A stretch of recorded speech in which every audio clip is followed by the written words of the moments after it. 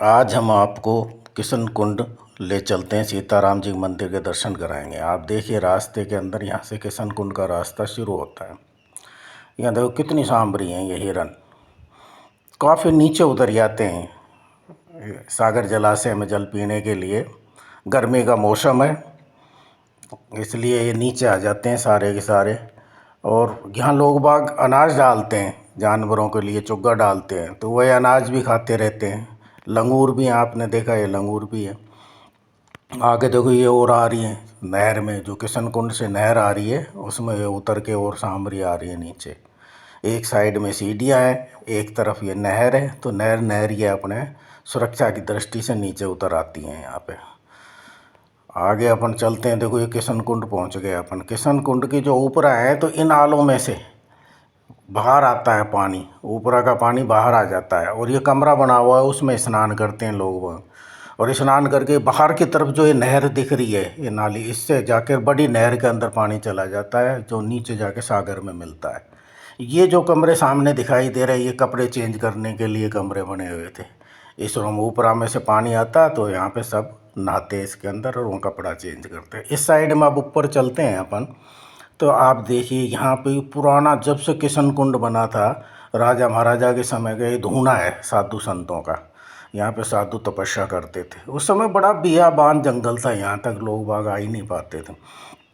आगे अपन बढ़ेंगे तो ऊपर ये मंदिर है, ये छोटा पुराने समय की मूर्तियाँ हैं, ये बहुत पुरानी मूर्तियाँ हैं। इसमें ब्रह्मा जी हैं, रामचंद्र जी का दरबार है, राधा कृष्ण जी की मूर्तियाँ हैं।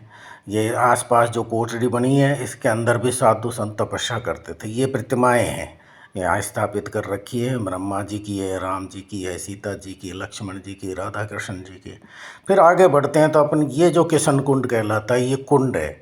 इस कुंड की 25 बाई 25 लगभग इसकी लंबाई चौड़ाई है और गहराई इसकी 35 फुट के लगभग है। राजा जयसिंह जी के समय में बनाया गया था। उसके बाद सफाई एक बार हमने ही जन सहयोग से इसकी कराई, जब हमें मालूम है। नीचे इसके बोल्डर्स तक की हमने सफाई करा दी थी, जिसमें पानी रिस के और इस कुंड के अंदर आता है। इस कुंड के ऊपर 1.5-2 किलोमीटर तक का नाला है, उसमें भी हमने 3 एनीकट बनवा रखे हैं, जिससे पानी वहाँ रुकता है, मिट्टी गंदगी वहाँ रुक जाती है और पानी इसके अंदर आता है। अब ये पतझड़ के समय में पत्ते गिर जाते हैं इसलिए इसके अंदर ग्रीन नहीं दिखाई दे रहा है, लेकिन पानी अब भी यही पिया जाता है, इसी से स्नान करते हैं ठाकुर जी। ये सामने सीताराम जी का मंदिर है। अब ये मंदिर के अंदर सीताराम जी के परिवार की प्रतिमाएं स्थापित है। यहाँ बैठे हैं सहपरिवार ठाकुर जी। आप देखिए, आप इसके साथ में ही हनुमान जी का मंदिर है। हनुमान जी विराज रहे हैं आले के अंदर, उनके दर्शन कराते हैं आपको। ये साइड में देखो हनुमान जी है, ये तो स्टोर है इस साइड के अंदर, और इस साइड के अंदर ये हनुमान जी की प्रतिमा है जो आले में स्थापित है। ये भी उसी समय की स्थापना की हुई है। ये बहुत पुराना मंदिर, राजा जयसिंह जी के समय का मंदिर है। अब आगे अपन मंदिर से बाहर निकलते हैं तो आप देखिए ये मोगरे की बेल लगी हुई है। ये बेल वाला मोगरा, इधर ये मोगरा है, ये तुलसी चौरा के अंदर लगा हुआ है, ये पेड़ है। इसके साथ में ही एक ये नींबू का पेड़ है साथ, तो काफ़ी नींबू लगे हुए हैं इसके अंदर। ये सीताराम जी के मंदिर के सामने एक बहुत लंबा बड़ा कमरा है, जिसमें एक दरवाज़ा इधर, एक सामने फ्रंट पे। इस पोर्च पे जाके अपन खड़े होकर देखते हैं तो ये नहर दिखाई देती है नीचे जाती हुई। इस नहर फिर अपन वापस आ जाते हैं।